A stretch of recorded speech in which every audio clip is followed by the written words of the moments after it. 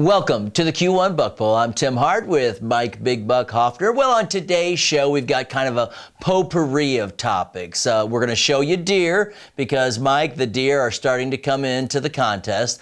But we're going to start it off. We've got the DNR with us, and we're going to be talking about fall turkey hunting. And you know how it works. You go deer hunting, there's turkey everywhere. You know, I'm hunting in an area, and I've talked to a lot of deer hunters, bow hunters that have been out there, and every time I go out, I run into turkeys, so they're out there. We also are going to be talking to Monica Ferrucci. She works at DNR Sports Center in Kalamazoo, but she's also a NRA licensed instructor to get your CPL. So we're going to be talking about handguns, we're going to talk about holster selection, and we're going to talk about grip stance and how to shoot that gun. Yeah, well, Tim, I made my first purchase for a birthday present for my oldest son, who's always wanted to have a handgun. I have some of my own. They're locked up in the safe, but he didn't want one of Dad's. He wanted one of his own. So I went out to one of the stores, and I bought him a Smith & Wesson 9mm. He's a happy guy. He'll be ready to go. Also, we have former Detroit Tiger pitcher Milt Wilcox on with us today. He's going to be showing us the ultimate air dogs. We caught up with him at the Woods and Water weekend event in September. All that, and of course, like I told you earlier, big bucks on the show this week. You're watching the Q1 Buck Poll. Stay with us.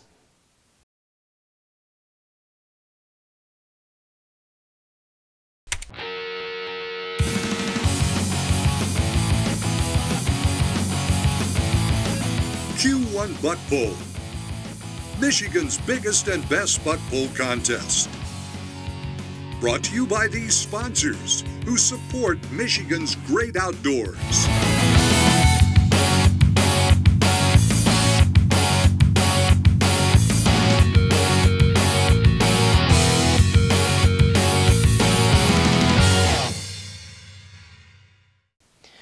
Well, it's time to start showing you deer on the Q1 Buck Poll. And Mike, you've been out hunting, and you've seen a lot of deer. I've seen a lot of deer. My kids have hit deer with their car. But on today's show, we got some bucks. Yeah, we're ready to whet that appetite. So let's get it rocking and rolling, Tim, with Mike Stengel. And he shot a 14-pointer with an inside spread of 15.5 inches. He's from the Southwest Michigan region from Kalamazoo. We then had David Lee bring in a 10-pointer with an inside spread, nice inside spread, of 17.5 inches. He's from the Southeast Michigan region from Lapeer. Then we had Austin Davis with a 12-pointer with an inside spread of 17.5 inches from the Southwest Michigan region from the city of Paw Paw. All right, so that's just some of the deer. We'll have more deer on later on the show. We're going to kind of break it up and feature deer from all over the state. And you know, Mike, so far, bigger deer coming in from the lower peninsula. Yeah, well, we kind of predicted that's what's going to happen. We're kind of the food bank of Michigan down this end, so I expect big deer to be growing.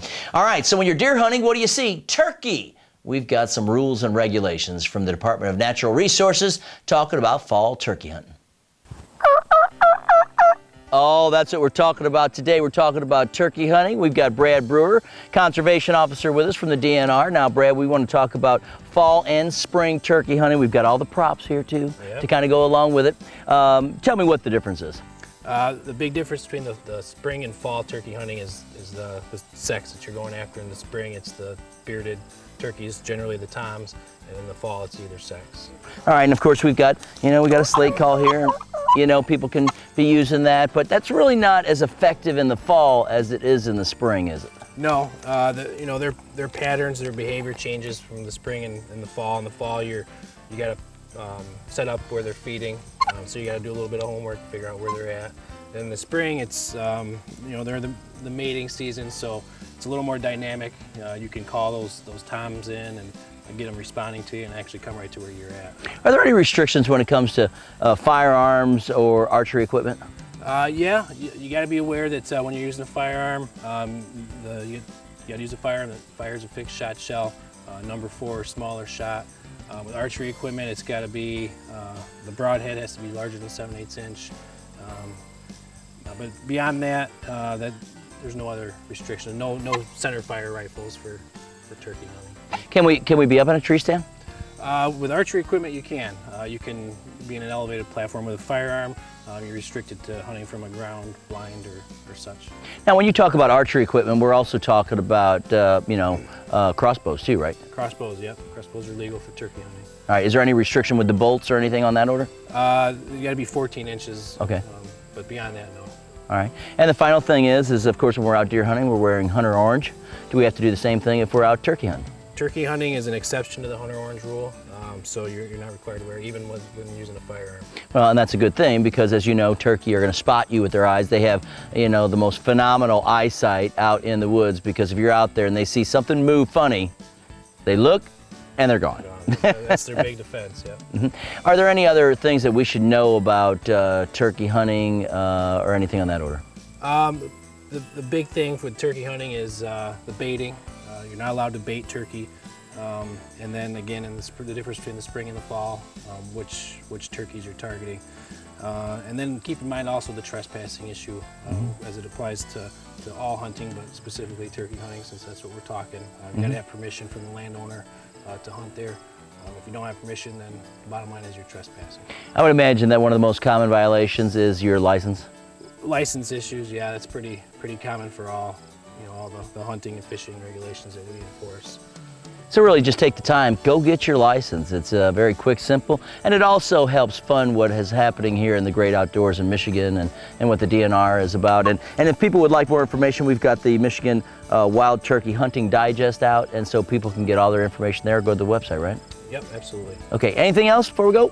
I think we covered it. All right, just make sure you get out there, have some fun, be safe when you're turkey hunting, because you know a lot of people get up and they move and groove is what I call it. You know, you're calling, you're moving, you're calling, you're moving, more so in the spring and the fall, but be safe whenever you're out in the woods. Brad, thanks for being with us. Absolutely. Conservation Officer Brad Brewer with the DNR. I'm Tim Hart, and you're watching the Q1 Buck Poll. Time now for our sponsor spotlight here on the Q1 Buck Poll. Today I'm talking to Jack Kelly, and we also have Brad Henyon. Fellas, welcome to the show. Thank you, Tim. They're with Greenstone Farm Credit Services, and we're talking about financing land. And you know, Greenstone is known for recreational financing and helping us buy, you know, farms, land, any kind of property out there, right, Jack? Well, for those that don't know Greenstone, Greenstone is a financial institution that's dedicated to agriculture, dedicated to rural financing.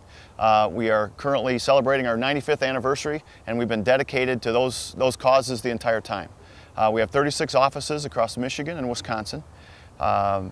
Most of those offices are located in rural areas just like this, and one of the things that we can do is we can finance open land, finance recreational space, so that we can finance dreams of customers. Yeah, get out there and enjoy the great outdoors, which is what we all like to do. And Brad, you got some stories because you guys have been helping people again for a lot of years. We just had one last year that came in. We helped them finance a large tract of land over near our Grand Rapids office. And we financed in October. He came back in November and showed off his big trophy rack. That's great to see. In fact, we even had to finance a tractor to help him get it out of the woods. It was so big. Those kind of customer stories are great for us to see. We have a 95% customer satisfaction. Our customers keep coming back to us. We're there to serve them, to make it very easy for them to either purchase a home, construct a home, buy some raw land like this. Anything that they want in the rural Michigan, Wisconsin, we can provide for them. All right, Brad, anything else you want to add about Greenstone and helping people get the property they're looking for? We provide great service. We're a very stable company. We've been here 95 years. We have money, we want to lend, we want to help you and finance your dreams. Well, we appreciate you guys being a part of the Q1 Buck Poll too. Brad Henyon. Thank you. Jack Kelly. It's our pleasure, All right. Thank you. Greenstone Farm Credit Services. I'm Tim Hart, and you're watching the Q1 Buck Poll. Well, we know a lot of you hunters carry concealed pistols. We're going to be talking to Monica Ferrucci. She, again, is a NRA instructor, and she teaches classes, and you can get your CPL certification with her. So she's going to be talking about handguns and holster selections, and then also a couple of tips on stance, and she's also going to talk about shooting technique and grip. And so we've got some people from the DNR Sports Center in Kalamazoo that are going to be helping us out. But before that, it's time for some more big bucks. Here we go, Tim. Let's start out with Mike Greenya bringing in a 13-pointer with an inside spread. It's 13¼ inches. He was from the South Mid-Michigan region out of the Jackson area. Then we go to Chris Reed bringing in a 12-pointer. The inside spread 14½ inches from the Southwest Michigan region out of Scotts. Then we had Kyle Enders, 10-pointer, nice inside spread of 17¼ the Southwest Michigan region out of Benton Harbor. All right, and you can register any of your deer, bucks, or does at locations all across the state, including Auto Value and Bumper to Bumper Auto Parts stores or Greenstone Farm Credit Services. Go online to q1buckpull.com. We've got all of the locations listed. All right, now I will tell you this, when we talk about handguns, after the segment, I did make sure I went bang, bang, bang, bang. I shot every gun there. But I have a tip of the week for you, Yes, Tim. sir. Got it. And that is? Do not, when you're out hunting, I've had this question asked of me before. We've had some of our hunters that are out maybe bow hunting, have a concealed weapon permit, put an animal down that might not be dead quite yet, and thinking it's okay to pull out that handgun and put them to sleep. The tip of the week, it's illegal to do that. Please don't do it. All right, let's talk handguns now with Monica Ferrucci. We've got Monica Ferrucci with us today. She is a certified NRA instructor, and we're going to talk about selection. We're also going to talk about holstering, and then she's going to show us some tips on grip and stance today. So kind of giving you a little lesson on handguns. And Monica also works at DNR Sports Center in Kalamazoo. Monica, the first question people come in and say, you know, I want to carry a pistol. I got my CPL. What do you suggest? And at that very moment, I ask them questions like, where are you going to carry your handgun? What is your use? Where are you going to carry? What's your use? It depends on the size of the person. It depends where they're going to carry as to how small or large we can go. Okay, we're going to get ready to shoot and give Michelle her first shooting lesson. So very important thing on the range is to maintain safety, and we're going to put eyes and ears on. All right, before we grab our handgun, we're going to go over stance. It's really important that's the foundation to make sure we handle our firearm. Feet are hip width apart. I want you, if you're here down like this, you have your firearm here, and you're just going to low golf swing, but then you're setting for your volleyball serve. Okay, so you're going to come up like this and lean into it. And that way, you're going to handle the thing. So we're going to go ahead and I'm going to start you out with a Smith & Wesson 22A, 22 caliber handgun. Okay, what we're going to do is get ready to load, Michelle. You're going to load. You want to just hold it like this. You're going to go up into there. You spring your hand back so you don't get caught, and you just hit it hard. This is your magazine release. Once we do that, the gun is loaded. Now remember, volleyball serve, just like what I was saying, we're down here. You just bring that straight up, put your finger in the trigger once we're there, and now squeeze off around. When this blows back, that means there's nothing left. So what we're going to do is go ahead and show clear. We do that by dropping the magazine. There's a button right here under your finger, right through here, right there. So you're going to curve that around, drop that. There we go. And then we know it's clear, and because safety is first, we're going to set it right through there. And you just fired your first 22. Yay! Next we're going to shoot. This gun is a 22, but it has a scope on it. It's used for target practice, which is really fun. It's a red dot scope, so you're not going to have to line your front and rear sights. To load that, it's the same thing. We're going to snap our fingers back, always be very aggressive, and then release that. Our gun is now loaded, so the same thing, high and tight, finger always stays off the trigger. Yep, go hitchhiking, nice to meet you. Relax. Remember, we're squeezing 30% on the gun with our trigger finger, 70%. We're squeezing and compressing right there. So we're at our low ready, getting our stance, volleyball stance, lean forward just a little bit. When you're ready, come up on target, put your finger in the trigger, squeeze, release. There you go. See the red dot? Continue to go, 2, and that indicates that we now have an empty chamber. The trigger, this is different, it's going to be right there, so hit the magazine release. We get it out, we flip it over, and we're clear. Well, some great tips here on shooting at DNR Sports Center with Monica Ferrucci. She, again, is a certified DNR instructor. And Michelle, did you enjoy it? Yeah. It's cool shooting, isn't it? It is kind of cool. All right, and Steve, thanks for all your help and making sure everybody's safe here today. Oh, thanks for coming out today. All right, now, Monica, we want to let people know that there's a variety of places around the state, such as DNR Sports Center. I know you guys have classes here every month, don't you? We do. We have a CPL class once a month. We also do there's different places that do private instructions for those who've never shot before. They're not ready for their CPL. So we have some NRA instructors who actually teach basic pistol, which is a 3-hour introduction to one firearm, or an 8-hour class, depending upon how intensive you want to get. So we can hook you up by coming into DNR Sports Center. We'll find exactly where your level is, and we'll springboard you up. All right, there's a lot of great sports shops all throughout the state, so make sure you check in. And if you have questions, get all the answers before you take to the firing line. For everybody here at DNR Sports Center, Monica, thank you very much for being with us here today. I'm Tim Hart, and you're watching the Q1 Buck Bowl. One of our promotional partners is Woods and Water News. You can see our ad in there each and every month, and it's got a listing of all the different locations where you can register your deer. We went to their outdoor weekend. We caught up with Milt Wilcox. He's a former Detroit Tiger baseball pitcher, and he has an event called the Ultimate Air Dogs, where the dogs fly through the air and they measure how far they go. But before that, Big Buck, we have big bucks. All right. Okay, let's start out with Jeff Lambert, bringing in an 11-pointer with an inside spread of 15¼ inches. He's from the South Mid-Michigan region out of Marshall. Then we have Noreen Novak with a 9-pointer. Nice inside spread, 16 3/8 inches from the South Mid-Michigan region out of Dansville. Then we have Timmy Snook with a 10-pointer with an inside spread of 15½ inches from the South Mid-Michigan region from Jackson. Then we have Ryan Young with a 10-pointer. Nice inside spread of 19 inches. He's up in the thumb from Lapeer. All right, so that's some of the featured bucks. Again, register. You can go online to q1buckpoll.com and find out all the locations throughout the state where you can register your deer. Now it's time to check out some of the dogs, and a lot of hunters have the labs out there, and this is what Milt Wilcox said. He said, you know, my dog could jump. We got a lot of labs here, a lot of hunting dogs, and it's a lot of fun. Yeah, I'll tell you what, they're flying dogs because those babies can leap.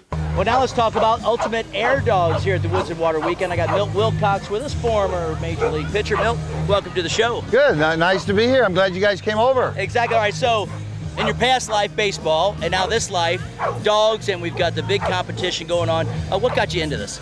Well, I had a dog that could jump, basically is what it was, and I was watching television one day, and the Purina Incredible Dog Challenge came on. Right. And I saw these black labs at the time running down the dock, and I go, I got one like that, can do it. We went online, found out where they were jumping in Indianapolis, actually, and we went down to Indianapolis, and my dog Sparky Anderson Wilcox was jumping off. Yeah, surprise. But yeah, he was a big jumper, and we started going around the country, and we went to Louisiana and Bristol, Virginia, and Richmond, Virginia, and Florida, and we went out to Nevada with them. And I said, you know, instead of traveling all over the country, I'll just buy my own rig and start my own company up, and that's what I did about 7 years ago. Now, how do you train a dog, or is it just the natural ability you saw your dog jumping type of thing, or do they get out here and we train over and over? Well, as you can tell, when the dogs run down the dock, a lot of them are labs or retriever type dogs. Those dogs love the water. So you don't really have to train too much, you know. What you have to train is the way that they enter the water.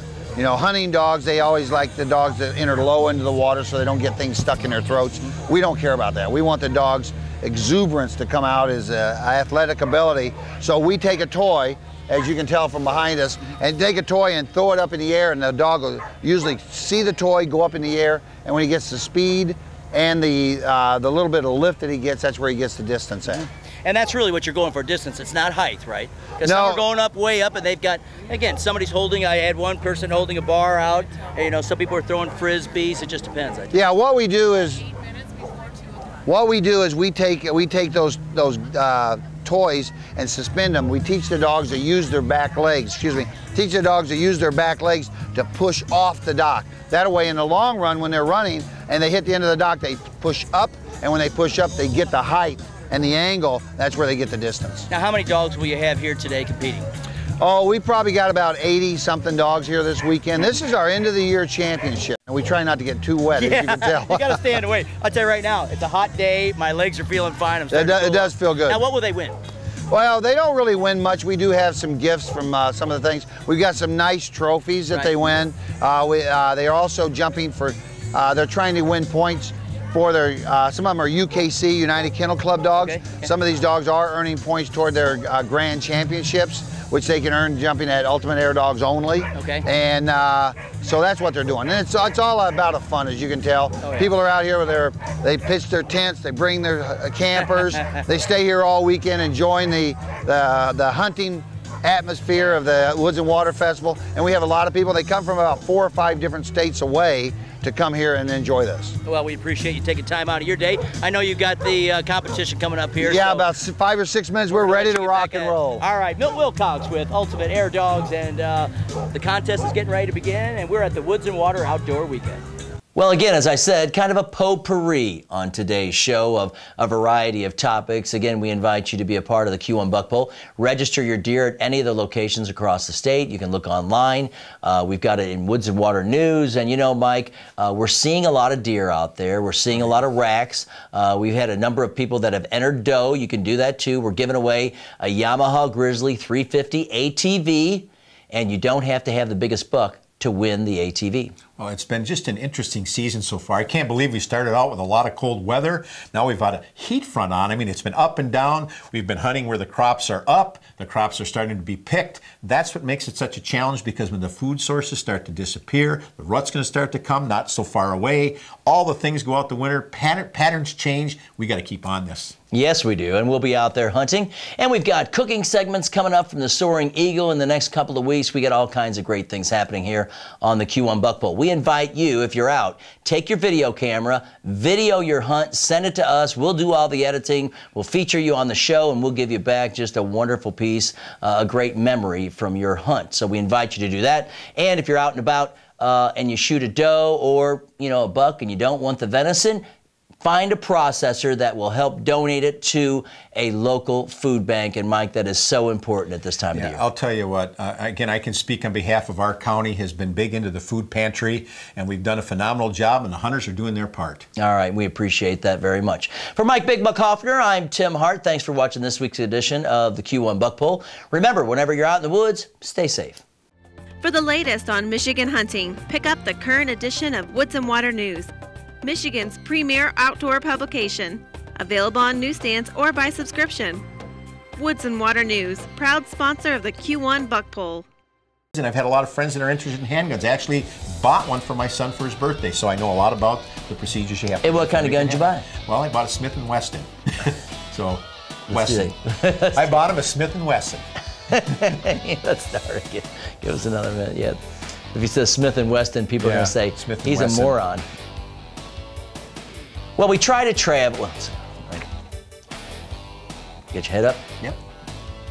Well, it's time to take a look at bucks on the Q1 Buck Poll. And you know, Mike, we've had a lot of entries and a lot of big deer. These are just some of the deer. Each week we're going to, start again.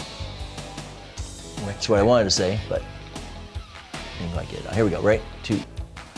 Man, we were on that today.